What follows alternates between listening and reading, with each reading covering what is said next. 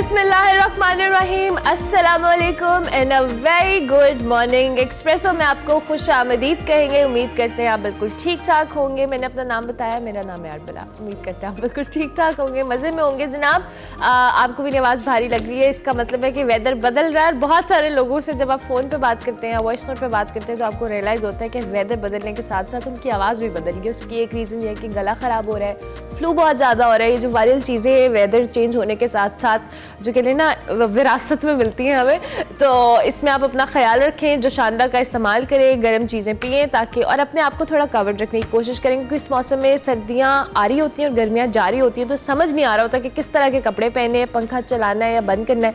तो इस कन्फ्यूजन का मैं भी शिकार थी और मुझे फ्लू हो गया। सो बी सेफ एवरीवन, एंड जो इस तरह के किसी वायरल इन्फेक्शन का शिकार है, गेट वेल सून। उम्मीद करते हैं आप बिल्कुल ठीक ठाक होंगे जनाब। कल के मैच के हवाले से बात करते हैं। आगाज़ में आपको पता है क्रिकेट से हमारे शो का आगाज़ होता है, तो एनर्जी और तरह की आती है। कल न्यूजीलैंड वर्सेस अफगानिस्तान कल एक मैच हुआ जिसमें जो कीवीज़ हैं अफगानी टीम को अर्श से फर्श पर ले आए। ये मैंने नहीं कहा, ये एक्सप्रेस की हेडलाइन है। कल जी 149 रन से कीवीज़ ने डोमिनेट किया इंग्लैंड को मात देने वाली जो अफगानिस्तान की टीम थी। उनको लग रहा था कि वो इस वर्ल्ड कप में दूसरा अपसेट करेंगे, लेकिन अनफॉर्चुनेटली वो दूसरा अपसेट नहीं कर पाए और कल वो खुद अपसेट हो गए, क्योंकि कीवीज़ ने बहुत ज़बरदस्त खेला। और कल अफगानी टीम भी अच्छा खेलती है, नो डाउट, हम इस बात पर किसी तौर पर भी डाउट नहीं रखते, लेकिन कल कीवीज़ का दिन था और कल कीवीज़ ने 149 रन से अफगानिस्तान को शिकस्त दे दी। सो कल के मैच के बाद जी आज इंडिया वर्सेस बांग्लादेश होने वाला है। इंडिया ऑब्वियसली आपको पता है आजकल बड़ी स्ट्रॉन्ग टीम चल रही है। वैसे तो वो स्ट्रॉन्ग टीम है, लेकिन उनके दिन भी अच्छे चल रहे हैं, उनके होम ग्राउंड पे मैचेस हो रहे हैं। उसके साथ साथ जी अब बांग्लादेश भी किसी तौर पे कम टीम, आप उसको कंसिडर नहीं कर सकते। और कल मैच है जी पाकिस्तान वर्सेस ऑस्ट्रेलिया, और उसमें पाकिस्तान क्या करेगा क्या नहीं करेगा। लेकिन अलबत्ता जो हमारे प्लेयर्स बीमार हुए थे किसी वायरल इन्फेक्शन की वजह से, तो मेडिकल पैनल की तसल्ली के बाद तमाम तर प्लेयर्स जो हैं, जिसमें शाहीन जाफरीदी हैं, मोहम्मद रिजवान हैं, अब्दुल्ला शफीक हैं, सबको 5 क्रिकेटर्स को मैदान में उतरने की इजाज़त मिल गई है। और सेहतियात जो हो गए हैं तमाम तर खिलाड़ी, वो अब कल मैच में अपेयर होंगे। इसके साथ ही आगे बढ़ते हैं जी, और उसके साथ साथ हम प्लेयर्स की बात कर रहे हैं, तो आपको पता है कि इजराइल गजा का जो मामला है, किसी तौर पे भी ओवरऑल पूरी दुनिया के अंदर इस पर प्रोटेस्ट किया जा रहा है। और इससे पहले हमने देखा कि ये अब 13वां रोज़ है इस लड़ाई का, इस जंग का, जिस पे इजराइल जो है फ़लस्तीनियों पे मुसलसल जुल्म ढारी है। ऐसे में हमारे जो प्लेयर्स हैं उन्होंने भी जो बहुत सारे जो कहने मैसेजेस या आप ट्वीट्स या सोशल मीडिया वेबसाइट्स पे उन्होंने मैसेजेस किए, लेकिन चूँकि काफ़ी अरसे से वो भारत में आईसीसी वर्ल्ड कप में मसरूफ़ हैं, और बुध को पहले पाकिस्तान क्रिकेट टीम के जो ऑलराउंडर हैं शादाब खान और मोहम्मद नवाज और उसामा मीर ने फ़लस्तीनी अवाम से यकजहती के लिए उनके झंडे लगाए अपने जो ट्विटर, जिसको आप एक्स वेबसाइट कहते हैं, उसके ऊपर। और अब मुख्तलिफ प्लेयर्स की जानिब से ये सिलसिला जारी है और झंडे की तस्वीर पोस्ट की है। मोहम्मद नवाज ने फ़लस्तीन के झंडे के साथ हाथ उठाने वाली दुआ को होने वाले जो इमोजी है वो पोस्ट की। उसके बाद इमामुल हक, हारिस रऊफ, इफ्तिकार अहमद ने भी फ़लस्तीन का झंडा अपनी सोशल मीडिया वेबसाइट के ऊपर पोस्ट किया। इससे पहले जी जब मोहम्मद रिजवान ने अपनी जो सेंचुरी है वो गजा के लोगों को डेडिकेट की थी, तो उस पर आईसीसी ने बड़ा एतराज़ किया था। लेकिन अब चूंकि इजराइल की जानिब से गजा के हॉस्पिटल्स के ऊपर बमबारी की गई है, जिसमें बच्चे और ख़वातीन और वहाँ पर जो ज़ेरे इलाज लोग थे उनको शहीद किया गया, उसके बाद पूरी दुनिया इस पर प्रोटेस्ट करी और हमारे प्लेयर्स ने भी इज़हार यकजहती के लिए जो ट्विटर के ऊपर ये झंडे पोस्ट किए हैं। आगे जाके हमने इस मामले को इन डिटेल डिस्कस करना है, लेकिन दूसरी जानिब आईसीसी ने जी वनडे की जो आलमी रैंकिंग है उसका भी ऐलान कर दिया। हमारे batter the king Babar Azam पहले और शुभमन गिल जो है दूसरे नंबर है। और इस हवाले से अगर आपको थोड़ा सा हम बता दें, तो बाबर आजम के हवाले से बड़ी इंटरेस्टिंग ये खबर सुबह में प्रोड्यूसर साहब ने मुझे बताया कि अगर बाबर आजम 22 दिन और इस रैंकिंग के ऊपर बरकरार रहते हैं, तो वो ओडीआई के अंदर सेकेंड प्लेयर होंगे in the cricket cricketing history जो 2000 जो कंसेक्यूटिव दिन है उसके अंदर नंबर 1 आईसीसी रैंकिंग में मौजूद होंगे। ये दूसरे प्लेयर होंगे जिनको व्हाइट बॉल क्रिकेट के अंदर दूसरा कंसेक्यूटिव 2000 डेज जो है ये टॉप करेंगे। सो बाबर आजम के लिए 22 डेज इस पोजीशन को, इस रैंक को मेंटेन करना जरूरी है। उसके बाद ये क्रिकेटिंग हिस्ट्री के सेकंड प्लेयर बन जाएंगे। So he is definitely a king for a reason. और बाबर आजम के हवाले से हम बार बार जब ये रिकॉर्ड पे रिकॉर्ड ब्रेक करते हैं तो हम जरूर बात करते हैं। आगे जाना जी, और आपको पता है क्रिकेट पे भी आगे बात करनी है, लेकिन उससे पहले आपको पता है सियासत के हवाले से हम जरूर बात करते हैं। नवाज शरीफ साहब वापस आ रहे हैं, इसी पे डिस्कशन होगी आज की बड़ी खबर में।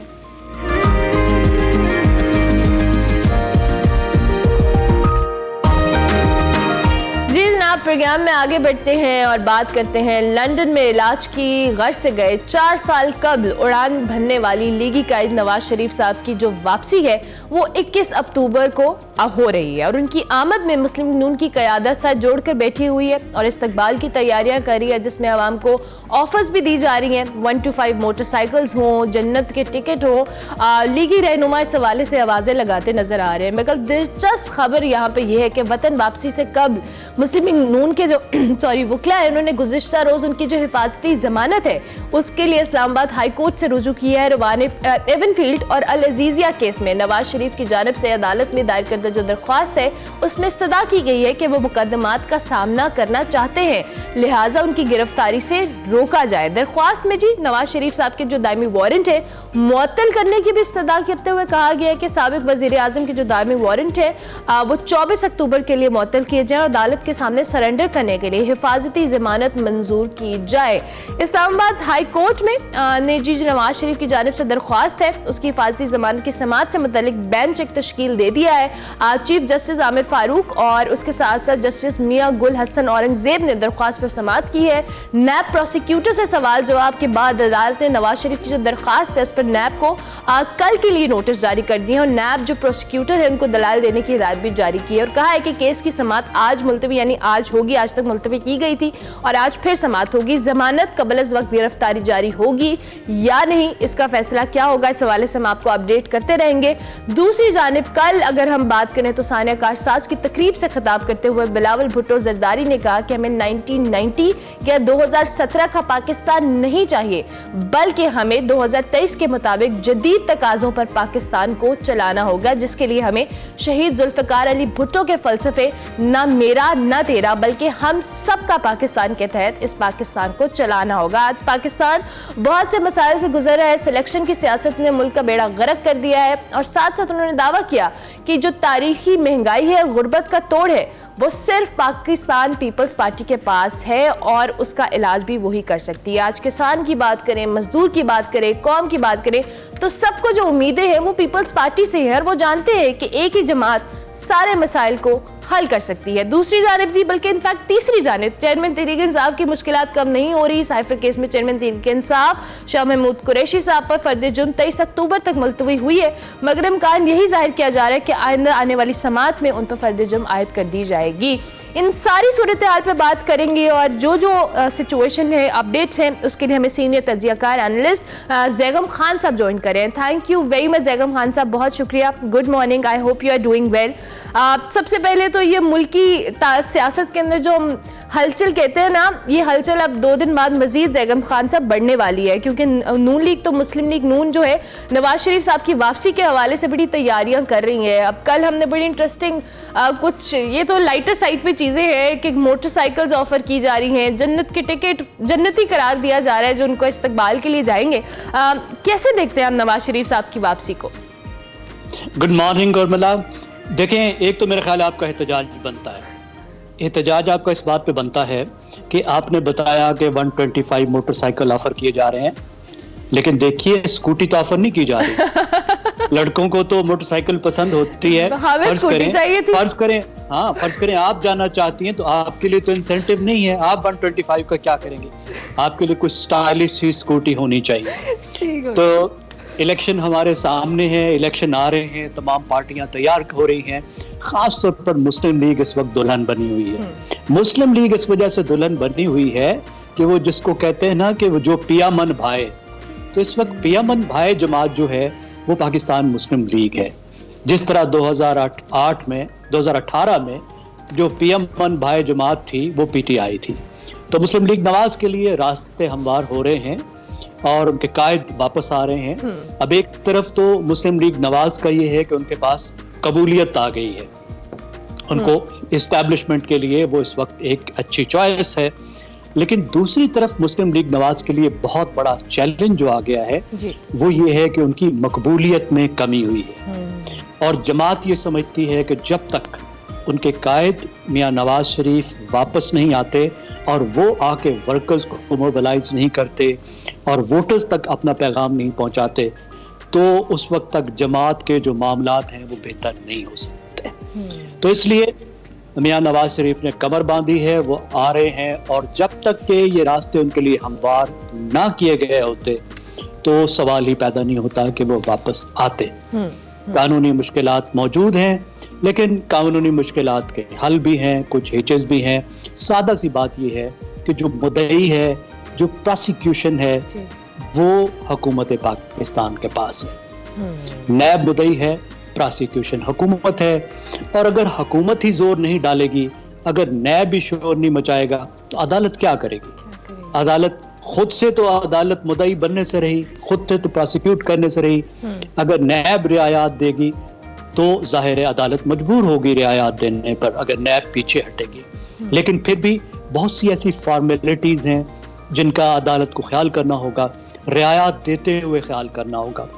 उसमें एक सबसे अहम बात यह है कि वो जो रियायत लेकर पाकिस्तान से लंदन गए थे, उन्होंने उसका गलत इस्तेमाल किया। मैं कानूनी लिहाज से कह रहा हूँ, कानूनी लिहाज से उसको मिसयूज किया। तो ये किसी भी नई रियायत देने में शुरू से जमानत से लेकर पहले मरले में जो उनको देखिए, पहले मरले में दो चीजें चाहिए ना, एक राहदारी जमानत चाहिए कि उनको फौरी गिरफ्तार ना किया जाए, दूसरी बात उनको इस तरह की जमानत चाहिए कि जब तक अपील का फैसला नहीं होता तब तक उनको जेल ना लाया जाए, बाहर रखा जाए किसी ना किसी तरह। अब इन दोनों बातों में कानूनी लिहाज से जो उनका रवैया है कि वो बाहर गए अदालत से लेकर एक रियायत, और उस रियायत को मिसयूज किया, आए नहीं, ये उनके लिए एक रुकावट जरूर होगी। अच्छा जैगम खान साहब, आपने खुद भी बात की कि जिस तरह से मुस्लिम लीग नून तैयारी कर रही है मियां मोहम्मद नवाज शरीफ साहब के हवाले से उनकी वापसी के, अब मीनार पाकिस्तान पे जलसे को भी कहा जा रहा है, उसके अलावा मुख्तलिफ चीज़ें हैं जो हम सोशल मीडिया पे भी देखते हैं, टेलीविजन स्क्रीन पे भी देखते हैं, मुस्लिम रहनुमा आ रहे हैं। अब मुस्लिम लीग नून का अभी जो अवाम इस वक्त जिस क्राइसिस में आप कह लें, जिस हसल के अंदर फंसी हुई है, बिजली महंगी है, कोई महंगाई इतनी ज़्यादा है, कोई रिलीफ नहीं है, उनको समझ नहीं आ रहा कि वो किस तरफ जाए। ऐसे में जो मुस्लिम लीग नून का बयानिया है जिसमें मरियम नवाज साहिबा भी बार बार बात करी हैं, शहबाज शरीफ साहब भी कहते हैं, मियां मोहम्मद नवाज शरीफ साहब खुद कह रहे हैं, ऐसे में ये जो बयानिया है, जो पॉपुलैरिटी जिसका आप जिक्र कर रहे थे, उसको बहाल करना भी तो एक चैलेंज है, क्योंकि आगे इंतखाबात में अवाम को ये सब भी तो नजर आ रहा है कि उनको किसी तौर पर किसी ने भी रिलीफ नहीं दिया है। देखिए, बयानी की अगर आप बात करती हैं तो एक कम्युनिकेशन के तालिब इल्म और प्रैक्टिशनर के तौर पे मैं समझता हूँ बयानिया तो है ही नहीं। आप जिसको बयानिया कह रहे हैं वो क्या बयानिया है? ये कह रहे हैं कि जी हम ये कहेंगे कि जो हमारा पिछला दौर हुकूमत था वो बहुत बड़ा कमाल था, लेकिन अभी जो 1.5 साल गुजारे इसकी बात नहीं करो। फिर ये है कि देखिए हमारे साथ 5 साल बड़ी ज्यादती हुई थी, हमारी अदलिया खिलाफ थी, हमारे इस्टेब्लिशमेंट खिलाफ थी। तो इस वक्त तो आपकी अदलिया भी हक में है, इस वक्त तो इस्टेब्लिशमेंट भी हक में है। आप पुरानी बात बता रहे हैं कि पहले कारनामे आपने बहुत किए थे, शायद किए हों, अगर उस पर बात की जा सकती है। तो लोगों को तो अभी ये 1.5 साल याद है जिसमें इतनी मुश्किलात लोगों ने देखी। फिर ब्रांड करने की कोशिश कर रहे हैं मियां नवाज शरीफ को एक न्यू होप के तौर पर। भाई कैसे आप न्यू होप लाएंगे? अभी 1.5 साल जो हुकूमत की वो मियां नवाज शरीफ की तो हुकूमत थी ना, रिमोट कंट्रोल से वो चला रहे थे। फिर मियां नवाज शरीफ ये बताएं कि उनके पास कौन सी गिद्दड़ सिंगी थी जो उन्होंने भाई को नहीं दी। फिर वो ये बताएं कि कौन सी ऐसी टीम मेंबर्स हैं जो उन्होंने लंदन में छुपा के रखे हुए थे, इस हुकूमत में नहीं थे, और मियां साहब आके उनको ब्रीफ केस से निकालेंगे और कैबिनेट में बिठा देंगे। वही लोग हैं, वही इसाकदार होंगे, वही इसाकदार होंगे, वही पॉलिसीज होंगी। तो इसलिए होप मेरे ख्याल में लोगों को देना एक बहुत बड़ा उनके लिए चैलेंज होगा। फिर एक बात मैं और बताऊं कि ये तो अभी की बात है ना, जिस पे हम बात करते हैं कि हुकूमत के दरमियान में जो मुश्किलात लोगों को पेश आई जिससे लोग नाराज हैं, लेकिन मैं ये समझता हूँ जो नौजवान हैं, जो आपकी नस्ल के लोग हैं, उनकी नाराजगी और हटना जो है उसकी और भी बहुत सी वजूहात हैं। उसकी बड़ी वजह ये है कि पार्टी अपने आप को वक्त के साथ हम आहंगी नहीं कर पाई। ये पार्टी 20वीं सदी में फंसी हुई है। ये आप लोगों को अपील ही नहीं करती। इसमें कोई नई क़यादत ही नहीं आई। 30 साल पुरानी क़यादत पार्टी को चला रही है, 30 साल पुरानी गुफ्तगू कर रही है, 30 साल पुरानी पॉलिसीज लेके चल रही है। आपके लिए इसमें कौन सी अपील है? कोई यंग और वाइब्रेंट लोग ही नहीं है, कोई माइंड ही नहीं है। बिल्कुल आप सही कह रहे हैं जी। और पॉलिसी रिफॉर्म भी उस हिसाब से नहीं हुए ना। देखिए, अगर लोकल गवर्नमेंट ये लाते और अगर ये नीचे तक अपनी जमात लेकर जाते तो उसमें नई क़यादत, यंग क़यादत भी उभरती और फिर पॉलिसीज भी रिफॉर्म होती। लेकिन हमारी ये जो बड़ी पार्टियां हैं, पुरानी पार्टियां हैं, इनका मसला ये है कि ये नहीं चाहते कि किसी तरह का अख्तियार, इक़्तिदार हमारे हाथ से निकले, कि सूबों से फंड निकल के लोकल गवर्नमेंट तक चले जाएं। वो नहीं चाहते कि हम पकड़ के रखें। वो नहीं चाहते कि इक़्तिदार जो है वो हमारी बजाय, हमारे बच्चों की बजाय कुछ और लोगों की तरफ जाए। तो मुस्लिम लीग नवाज को सिर्फ कॉस्मेटिक्स से काम नहीं चलेगा।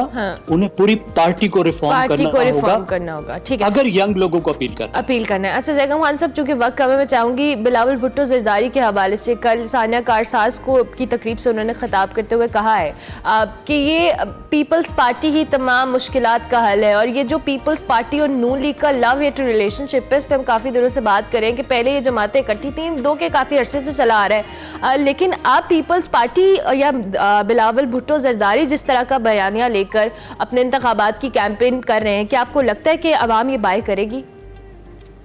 पीपल्स पार्टी जो है वो एक बहुत ही मुस्लिम लीग नवाज से मुख्तलिफ जमात है, उसके वोटर्स मुख्तलिफ हैं। अगर वो मुस्लिम लीग नवाज के साथ कोई हम आहंगी इलेक्शन में दिखाए तो मेरे ख्याल में उसको नुकसान ही होगा, शायद मुस्लिम लीग नवाज को भी नुकसान होगा। इसलिए दोनों ने अलग अलग ही खड़े होना है, एक के खिलाफ ही बात करनी है। और मेरा ख्याल है कि इलेक्शन के बाद जब रिजल्ट आएगा तो काफी इम्कान है ये हुकूमत तो दोबारा इकट्ठे हो जाएंगे। लेकिन क्या पीपल्स पार्टी जो है, जो आप कह रहे हैं, वो अपील कर पाएगी? सिंध से बाहर नहीं लग रहा। जितनी भी कोशिशें जरदारी साहब ने की, थोड़ी बहुत बिलावल साहब ने की, उसका कोई असर हमें पंजाब में नजर नहीं आया। केपी में तो बिल्कुल ही बात छोड़ दें। बलूचिस्तान में भी जो इनकी तवक्को थी कि जो बीएपी पार्टी है, बाप पार्टी है, उसको लोग उनकी तरफ आएंगे, वो मुस्लिम लीग नवाज की तरफ चले गए, तो वो अपनी अपील को बढ़ा नहीं पाए हैं। और उनके भी वही मसले हैं जो मैंने मुस्लिम लीग नवाज के आपको गिनवाए जी। उनके मसले पहले सामने आए हैं, मुस्लिम लीग नवाज के अभी आ रहे हैं, क्योंकि वो थोड़ी इनसे ज्यादा पुरानी पार्टी है, इसलिए उनका बहरान पहले आ गया।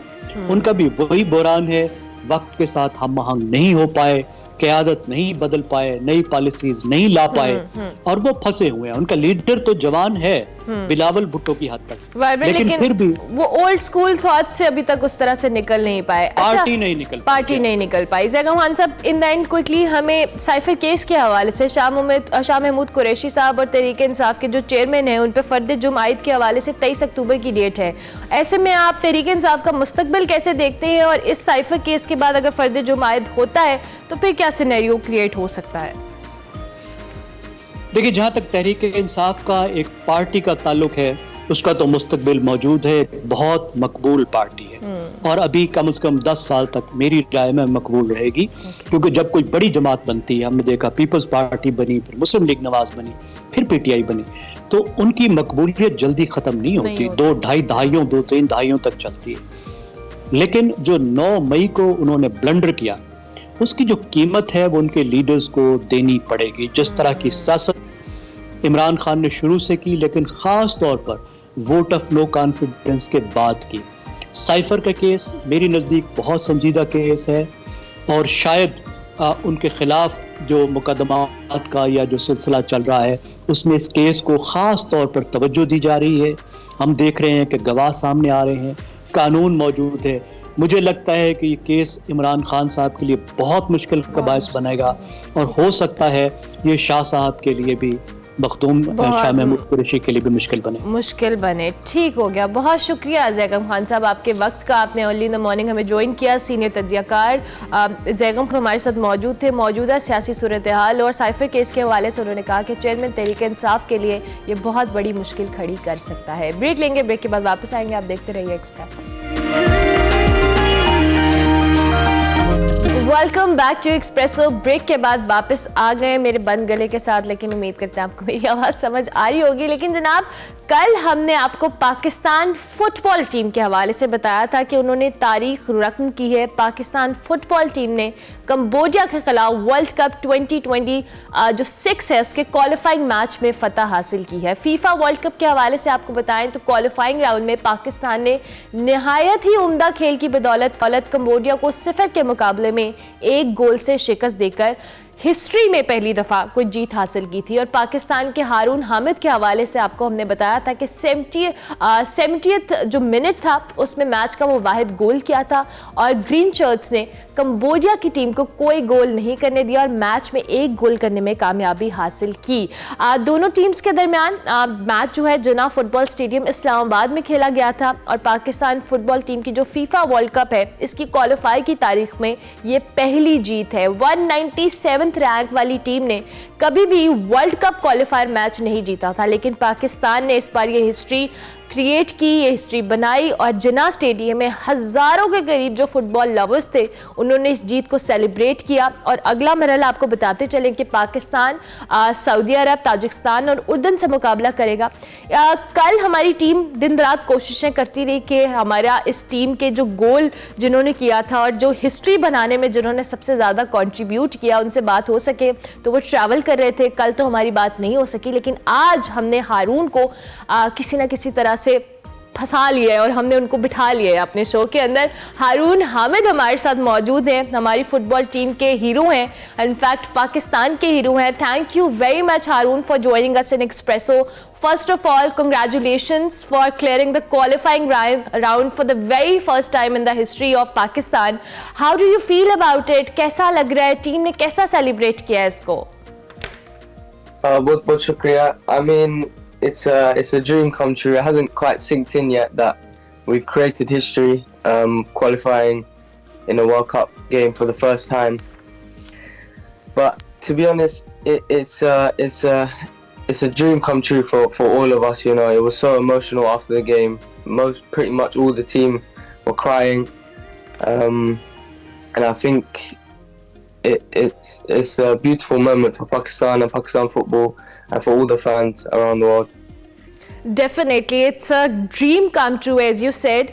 हारून, लेकिन पाकिस्तानी टीम obviously बहुत loving nation है when it comes to football or any kind of sports, but football को लेके we are on the 197th number ranking के अंदर। ऐसे में ऐसी टीम का आगे आना और कंबोडिया जो ऑलरेडी रैंकिंग में आपसे बेहतर टीम है उसके साथ compete करना, how was the feeling, how was the preparation? अपनी गेम को लेके बताएं। I think we had a good game plan from the coach, and every single player executed it. Every single player executed and gave their 100%. And now we've gone up to 193 in the ranking, so we're getting closer and closer. That's nice. That's nice. Okay, as you said, your coach helped you a lot and your team.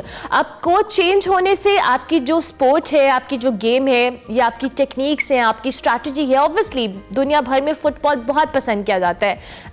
Did it help your game जब coach change हुए तो? I think it gave us more of an organisation within the team. Every single player knew their role, and every player executed it in the match as well. So it was great. ठीक है। अच्छा, Cambodia की team के हवाले से बताएं। You are playing against with a better ranking team. Obviously उनकी technique बड़ी मुख्तलिफ होगी, उनका स्पोर्ट बड़ा मुख्तलिफ, उनको गोल ना करने देना ये भी तो एक बड़ा डिफिकल्ट काम होगा हारून। Yeah, I think that was part of our game plan, to be tight and narrow defensively, and every single player did that, and we all worked hard together as a team, and alhamdulillah we didn't concede and we got the win. Alhamdulillah, you did it. The spectators, the people in the ground, your fans, the football lovers, they were actually very happy and they celebrated like anything in the stadium. What were your feelings at that time when you guys won the qualifying round, cleared the qualifying round and everyone was cheering for you? For me personally, that's the best moment in my career so far. It was a dream come true, you know, hearing the fans just shouting all our names and screaming us on, keeping us going. It was a crazy moment and a crazy atmosphere in the stadium all throughout the whole game, and even after the game finished. Definitely. We saw the visuals and everyone was so happy because Pakistan never experienced such a win in the history of World Cup, and that was a phenomenal victory, no doubt. Tell us about the second round. It's supposed to be played in Saudi Arab, and Saudi Arab is a better team, and when it comes to facilities and everything, when we talk about football. So what is your strategy? What is your game plan while you are supposed to play in Saudi Arab for the second round? I think we have to be more prepared, and we can't let this victory get to us, because of course it's a bigger challenge and it's going to require more effort and more preparation. So I think we have to switch on from now, even a month before the game, and start looking forward to how we're going to set up. Okay, that's nice. Tell us about your football journey. When did you start playing? कितना time हो गया अब तक football खेलते हुए? अपने इस journey को भी हमारे देखने वालों के लिए बताएं. So I started playing just as a kid, like every other player. 5-6 years old, playing in the park, playing on the streets with my dad, with my friends. And when I was 8 years old, I got offered a trial by QPR. Okay. I didn't get in the first time, but they said they'll keep their eyes on me, and I got another trial when I was about 10. And I got in that time, and alhamdulillah, I've been at QPR for 10 years now. I left last season, so I'm currently looking for a new team as well, and inshallah we can find that soon. Inshallah. Who's your favorite footballer? R9. Okay, that's Yeah. amazing. Any message you want to give to your fans, the football lovers who were there to support you, celebrate with you? Any message through our platform? Yeah, I mean, we couldn't have done it without you. That's plain and simple. Your support in the stadium was like being an extra man there playing with us. So it's like we had 12 players on the pitch. From the time we even came out to warm up, we could hear them screaming and chanting, and it gave us that extra boost to keep going throughout the whole game. So I really appreciate all the support, and keep it going. We're going to need it in the next games as well. That's amazing. Good luck, Haroon. We wish you a very best of luck. You made us very proud with your game, with your sport, and we are really looking forward for the second round, which is supposed to be played in Saudi Arab. And I hope कि पाकिस्तान इस FIFA World Cup के अंदर बहुत बेहतर perform करे, और आप जैसे प्लेयर्स पाकिस्तान को और मजीद जो कह लें आगे लेके जाए, पाकिस्तान को रिप्रेजेंट करें. Thank you so much for your time and good luck with your sport. Haroon Hamid हमारे साथ मौजूद थे जी, पाकिस्तान फुटबॉल टीम जिन्होंने पहली बार फीफा वर्ल्ड कप के क्वालिफाइंग राउंड में कोई जीत हासिल की है in the history of football. So that's a great achievement, और हमारी टीम ऐवी नहीं पीछे लगी हुई थी कि किसी तरह हमारे शो में आ जाए. सो टीम को भी बहुत जो कह लेना मुबारकबाद, और सबको वी आर रियली हैप्पी. हारून से हमने आपकी मुलाकात करवाई. अभी हम एक ब्रेक लेंगे, ब्रेक के बाद वापस आएंगे. आप देखते रहिए Expresso. Welcome back to Expresso. Break के बाद वापस आकर अब बात करेंगे ऑपरेशन तूफान अल-अक्सा के हवाले से, जो 13वें रोज़ भी जारी है. इजराइल की निहत्ते फ़लस्तीनियों पर मुजालिम की ऐसी दास्तानें रकम हो रही हैं जो रहती दुनिया तक इस इंसानियत सोज इस जुल्म की मिसाल नहीं मिल सकेगी. इजराइल कब्जे की जंग में जी इतना अंधा हो गया है कि जंग में स्कूल हो, हस्पताल हो, पनाहगाहें हो, सबको गिराया जाता है, मगर इजराइल ने इनको भी नहीं छोड़ा. इजराइल के मुकामी अस्पताल पर बम गिराया और कसूर भी जुल्म का शिकार फलस्तीनियों को करार देने लगा. अस्पताल पर हमले से 500 से ज़ायद, जो कि 800 भी रिपोर्ट हुए हैं इंटरनेशनल मीडिया पे, फ़लस्तीनी शहीद हुए हैं, सैकड़ों ज़ख्मी हुए हैं. इनमें ज़्यादातर जो तादाद है वो बच्चों की है, ख़वातीन की है, जबकि गज़ा में पानी खुराक का संगीन बहरान पैदा हो गया. अगर बर वक्त फरहमी मुमकिन ना हुई तो फ़लस्तीनियों के भूख से मरने का भी खदशा है. दूसरी जानिब जी अमरीकी सदर जो बाइडन ने इजराइल के दौरे पर पहुंचे हैं, जहां उन्होंने इजरायली वज़ीर आज़म नेतन्याहू से मुलाकात की है. इजराइल के अस्पताल पर हमले को शह दी और मजम्मत की बजाय हमले का जो जिम्मेदार है फ़लस्तीनियों को करार दिया, और कहा कि इजराइल को मुकम्मल ताउन दूंगा. इस हवाले से कि अमेरिका ताउन दिलाएगा, इसकी यकीन दहानी कराएगी. और कहा गया कि वाशिंगटन गजा में जंग के दौरान इजराइल को उसके दिफा के लिए सब कुछ फराहम करेगा। सूरत हाल में जो सवाल ये पैदा होता है कि इजराइल फ़लस्तीनी में जारी जो जंग है इसको अमेरिका क्यों हवा दे रहा है? क्या इस जंग से मशरिक़ वस्ता का अमन खतरे में डालने की कोशिश की जा रही है? और दूसरी जानिब जो मुस्लिम ममालिक हैं और OIC इस पर सख्त रद्द अमल और लाए अमल क्यों नहीं दे रहे, इस पर बात करेंगे। हमारे साथ डॉक्टर जमीर अहमद खान मौजूद है, साबिक सफ़ीर है, एम्बेसडर है, उनको खुश आमदीद कहेंगे। थैंक यू वेरी मच, बहुत शुक्रिया डॉक्टर जमील साहब कि आपने हमें ज्वाइन किया। ये जो हस्पतालों पे बमबारी हो या जिस तरह से इजराइल फ़लस्तीन के ऊपर जुल्म के पहाड़ तोड़ है, क्या समझते हैं आप कि इजराइल ने जो रकम की है तारीख जुल्म की, इस पे कोई उनसे सवाल करेगा? और जो सिचुएशन या जो रोल इस वक्त अमेरिका अदा कर रहा है, उस हवाले से आप कमेंट दीजिएगा अपना।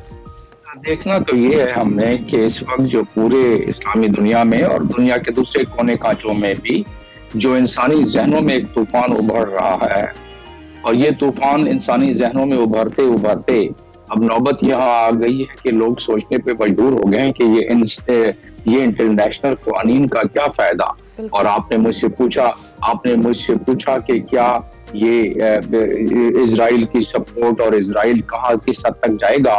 तो इजराइल तो जब से कायम हुआ है उस वक्त से अपनी हदें पार कर रहा है और इजराइल को सपोर्ट है। और इजराइल की सपोर्ट आपने खुद बता दिया कि जो दुनिया के ताकतवर तरीन मुल्क के सदर जाके वहाँ जो आपने अभी बयान फरमाया, वो कहें कि हम ये इजराइल के साथ भी खड़े हैं, और वो कहते हैं कि हमास का अटैक जो है वो डेडलीस्ट है हॉलोकॉस्ट के बाद। और फिर वो फौरन कहते हैं कुछ दिन पहले कि जी बच्चों के गर्दनें काटे गई, और वो बाद में उसको फौरन रिट्रैक्ट कर लिया और कहा कि नहीं ये हमारे हकायक पर मुबनी नहीं था। और उसके असर में एक 70 साला शख्स ने एक 7 साला मुसलमान बच्चे की जान ले ली अमेरिका में। तो रेडिकलाइजेशन का फैक्टर भी इसमें आ रहा है। और इजराइल इस अस्पताल पर बॉम्बिंग करके फौरन डिजिटल मीडिया के जरिए पोस्ट करता है कि IDF ने हमास के कई लोगों को हलाक कर दिया जो कि अस्पताल में छुपे हुए थे, अंडरग्राउंड टनल्स बनाई हुई थी, ये प्रोपेगेंडा किया जा रहा था। बिल्कुल जी। और उसके फौरन बाद ही कहते हैं कि नहीं, जब दुनिया का रिएक्शन आया तो फिर कहते हैं कि नहीं ये तो हमास के मिस फायर से हुआ है। उनसे कोई पूछे कि इतनी मजाका खेज बात अगर ऐसी बात है तो अक़वाम मुत्तहिदा और OIC की टीम बना के भेज दे, वो इन्वेस्टिगेट कर। खुली आंखों के सामने भी इससे पहले हजारों रॉकेट फायर हुए हैं डिफेंस के अपने डिफेंस में फलस्तीन की तरफ से, हमास की तरफ से। कितने रॉकेट मिस फायर होके दाएं और बाएं और अपने पीछे फायर हो गए हैं जाके। ये तो उसके दाएं और बाएं मतलब निशाना सामने का लिया जाए और गिरे जाके वो दाईं साइड पर। ये तो एक आदमी भी, इसमें कोई एक्सपर्ट होने की भी जरूरत नहीं है। लेकिन बात यह है कि जिस मुल्क को बड़ी कुव्वतों का सहारा हो और बड़ी कुव्वतों की ताकत उनके साथ शामिल हो जाए, तो ये बेचारी उम्मत मुसलमा, ये OIC के बेचारे ममालिक बस ये तो मजम्मत ही कर सकते हैं ना, और मजम्मत कर रहे हैं। आप देख लें कि OIC को जो कि अपने ही चार्टर में उसके दिया हुआ है कि फलस्तीनियों के स्ट्रगल में उनकी मदद की जाएगी, जो कि अक़वाम मुत्तहिदा के जनरल असेंबली के रेजोल्यूशन 2649 के मुताबिक है कि अगर कोई स्ट्रगल कर रहा है तो उसकी मदद की जाए, चाहे वो कश्मीरी हो या फलस्तीनी हो। तो उसमें दिया हुआ है। उसके बावजूद OIC के आर्टिकल 1 में ये दिया हुआ है, लिखा हुआ है, कश्मीर के बारे में नहीं लिखा हुआ है, फलस्तीन के बारे में लिखा हुआ है। लेकिन उस पे आप अंदाजा करें कि जो इस इजलास बुलाया गया वो एग्जीक्यूटिव कमेटी का जो 4-5वें दर्जे का इजलास है अहमियत के लिहाज से। असल जो सबसे ज्यादा अहमियत का इजलास है वो OIC के आर्टिकल 9 के तहत extraordinary session of head of state and head of government को बुलाया जाता है, जिसमें जो वो फैसले करते हैं उसका इत्तलाक किया जाता है। अगर इस्लामी ममालिक इस मामले में सिंसियर सीरियस होते और अपनी ताकत को अंडर एस्टिमेट न करते, कुछ न करते, इंटरनेशनल कानून के मुताबिक कुछ बाइकाट करना शुरू कर देते। साउथ अफ्रीका ने भी तो किया ना, एक मुल्क किया, इन्होंने किसी ने नहीं किया। अच्छा डॉक्टर जमील, अभी सॉरी मैं आपको इंटरप्ट कर रही हूँ, आपने इस्लामी ममालिक के हवाले से बात की कि एहतजाज कर रहे हैं, मतलब एहतजाज, आपको भी पता है, हम सबको पता है कि हम एहतजाज भी करते हैं, फ़लस्तीनियों की सपोर्ट में हैं, लोग सड़कों पे निकले हैं, लेकिन इन सब चीज़ों का ये तो जिस वक्त से फ़लस्तीनियों के ऊपर इजराइल इस तरह के जुल्म कर रहा है तब से ये एहतजाज हो रहे हैं, ऑन एंड ऑफ लोग इस हवाले से बात करते हैं, लेकिन अब तो हद हो गई, अब तो हर हद को पार किया है इजराइल ने, चाहे वो बच्चे हों, औरतें हों, जिस तरह से उनको निशाना बनाए। ऐसे में क्या सिर्फ अब रद्द अमल से ही काम चलेगा, ज़बानी कलामी बातों से काम चलेगा, या आपको स्ट्रिक्ट एक्शन लेना होगा?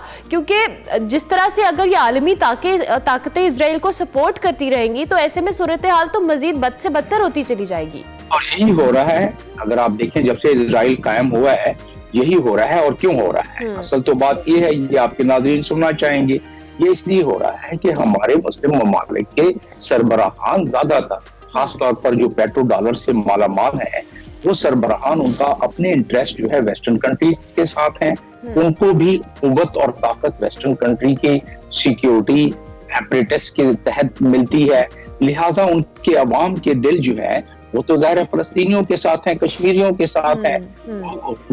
खुदा न खास्ता होने ये लगा है कि अवाम के जज्बात जिस तरह भड़क रहे हैं तमाम मुस्लिम दुनिया में, और इनफैक्ट बाकी वेस्टर्न कंट्रीज में भी जुलूस निकल रहे हैं, ह्यूमैनिटेरियन एस्पेक्ट के लिहाज से यूनाइटेड नेशंस के 15 अफराद जो हैं उनको जमा कर दिया गया है। यूनाइटेड स्टेट ने कहा, यूनाइटेड नेशंस ने कहा है, उनके सेक्रेटरी जनरल ने और उनके अनरवा के जो रिप्रेजेंटेटिव हैं कि गाजा जहन्नम बना दिया गया। अब इससे बड़ी और क्या यूनाइटेड नेशंस का सेक्रेटरी जनरल और उसका अनरवा का रिप्रेजेंटेटिव कह सकता है? जहन्नम बना दिया गया, ये स्टेटमेंट है उनका।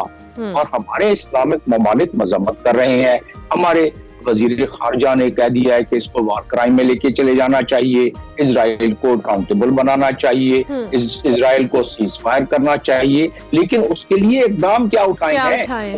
इकदाम क्या हो सकता था ये भी मैं बताता चलूं आप लोगों के नाजरीन के लिए। इकदाम उठाए जा सकते थे कि इंटरनेशनल कानून के मुताबिक रेजोल्यूशन पास करते, एज अ ब्लॉक जाते जनरल असेंबली का इजलास 24 घंटों में कॉल कर सकते थे, और उसमें फिर ये डिबेट होती, पूरी दुनिया की आंखें दोबारा खुलती, रेजोल्यूशन पास करके सिक्योरिटी काउंसिल में भेजते, सिक्योरिटी काउंसिल का इजलास करना पड़ जाता, गो कि ठीक है वीटो हो जाता, लेकिन दुनिया के जहन झंझलाते, और फिर अगर बाइकाट करना शुरू करते 57 ममालिक तकरीबन 2 बिलियन अफराद अगर ये बाइकाट करना शुरू कर दें तो लोगों की इकोनॉमी बैठ जाए। लेकिन मत कोई कुछ ना करते, जो सफारती ताल्लुकात हैं उसमें ही कुछ नरमी ले आते, अगर नहीं मुंतकता कर सकते हैं तो यानी कोई इकदाम तो किया जाता, सिर्फ बातों या ज़बानी कलामी से चीज़ें उस तरह से बेहतरी की जानिब नहीं जा सकती। और इजराइल के ये हिस्ट्री रही है कि जिस तरह से वो फ़लस्तीनियों के ऊपर जुल्म करते जा रहे हैं, उन पे अगर उनको इसी तरह से हवा या शय मिलती रही तो आइंदा आने वाले दिनों के अंदर, जो कि अब भी मेरे ख्याल से हर जुल्म की इंतहा ख़त्म हो चुकी है जो फ़लस्तीनियों के ऊपर किया जा रहा है, अगर इसी शय पे ऐसी तरह से हवा देते रहे तो इजराइल किसी तौर पे भी बाज नहीं आएगा। Thank you very much. हर बारी आएगी। Thank you very much doctor Jameel साहब, बहुत शुक्रिया कि आपने इस इंपॉर्टेंट टॉपिक के ऊपर जी ज्वाइन किया। डॉक्टर जमील अहमद ने कहा कि सिर्फ ज़बानी बातों से कुछ नहीं होगा, लाएअमल देने से कुछ नहीं होगा, इम्प्लीमेंट करना होगा ताकि इजराइल की ये जो सफाकियत है इसको ख़त्म किया जाए। इसी नोट पर जी हमने एक ब्रेक लेनी है, हम ब्रेक के बाद वापस आएंगे। आप देखते रहिए एक्सप्रेसो।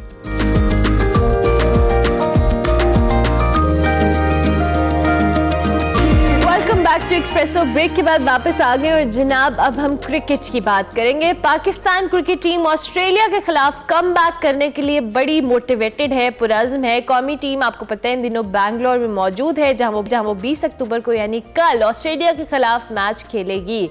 इस मुकाबले की तैयारी के लिए पाकिस्तानी क्रिकेट टीम ने मेजबान शहर में दूसरे दिन प्रैक्टिस सेशन में बैटिंग बॉलिंग की भरपूर प्रैक्टिस की।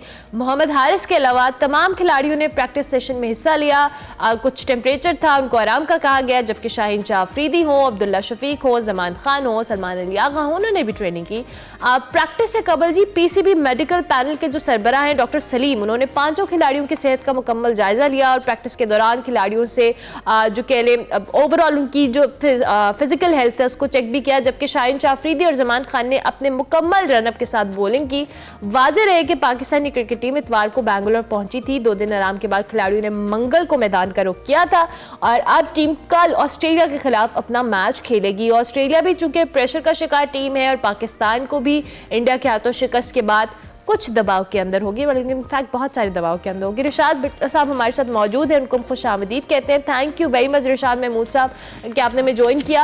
मैच के हवाले से हम बात करें, ऑब्वियसली कल के मैच पे एक वन लाइनर आपका कमेंट जरूर हम चाहेंगे। कल अफगानिस्तान और न्यूजीलैंड का मैच था। न्यूजीलैंड ने बड़ा अच्छा खेला, अफगानी टीम दो के बड़े अच्छे हाई स्पिरिट्स के अंदर मौजूद थे इंग्लैंड को शिकस्त देने के बाद, लेकिन फिर भी न्यूजीलैंड की परफॉर्मेंस या अफगानिस्तान के इस मैच के हवाले से आप क्या कॉमेंट करेंगे?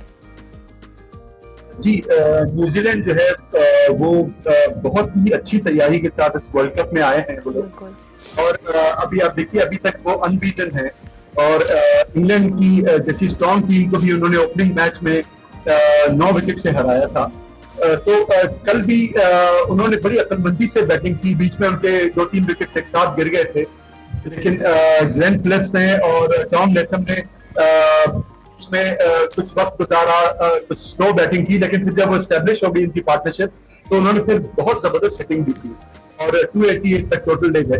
अच्छा, ये आप देखिए कि अफगानिस्तान की टीम जहां पे वीक नजर आती है वो चेज करने में, पहले बैटिंग में उन्होंने इंग्लैंड को हरा दिया था, एक अच्छा टोटल कर दिया था और इंग्लैंड उनके स्पिनर्स ने इंग्लैंड के प्लेयर्स को आउट कर दिया, लेकिन वो चेस करने में बुरी तरह कोलैप्स हुए और वो उनकी एक वीकनेस नजर आई उसमें। ठीक हो गया, वीकनेस नजर आए। अब पाकिस्तान और ऑस्ट्रेलिया की वीकनेसेस पे बात कर लेते हैं। पाकिस्तानी टीम चूंकि कल ऑस्ट्रेलिया के खिलाफ मैच खेलेंगी, ऑब्वियसली हम पे प्रेशर तो बहुत है। इंडिया से हारने के बाद पूरी कौम हो या टीम खुद भी मोराल ज़ाहिर डाउन होता है, जबकि ऑस्ट्रेलिया भी कुछ बहुत अच्छी फॉर्म में नजर नहीं आ रही।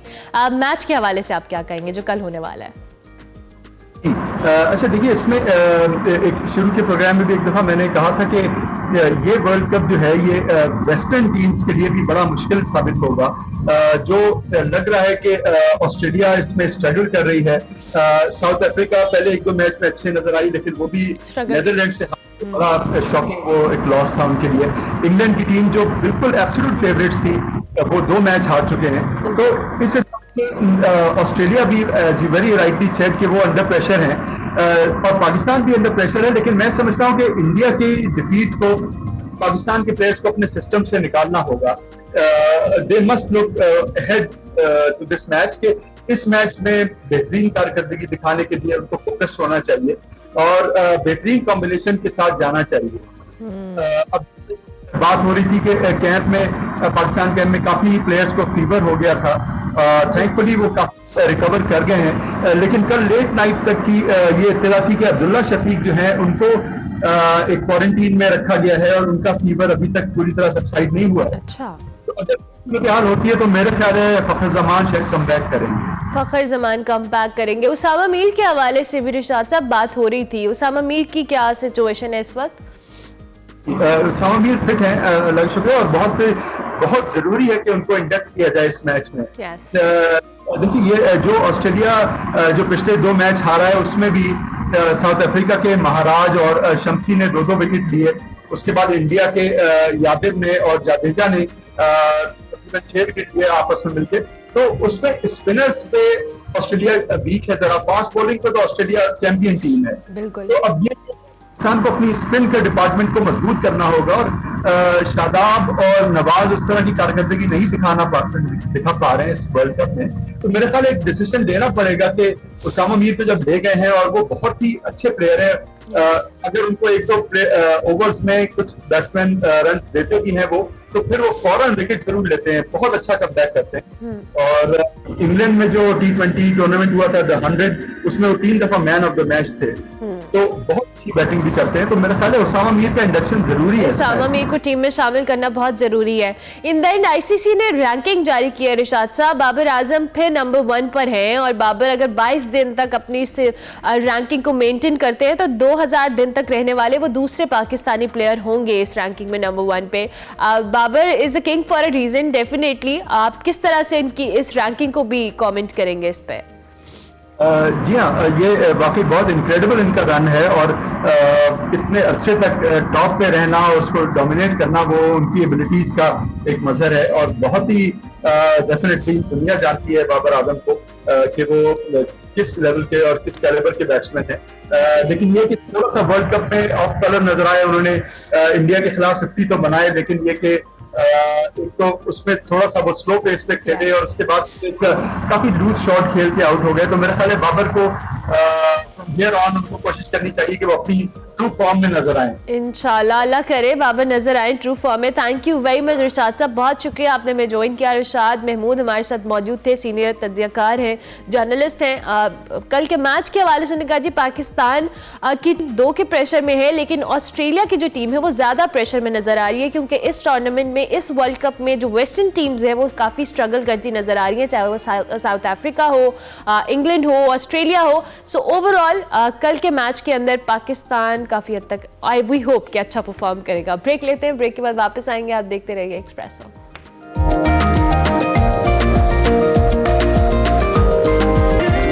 बैक टू एक्सप्रेसो प्रोग्राम के बिल्कुल आखिरी हिस्से में आपको खुश आमदीद कहेंगे और अब बात करेंगे इंतहाई मुख्तसर अरसे में अपनी बेसाख्ता अदाकारी से शायकीन को अपने सहर में जकड़ देने वाले फनकार सलीम नासिर की, जिनको मदाओं से बिछड़े 34 बरस बीत गए।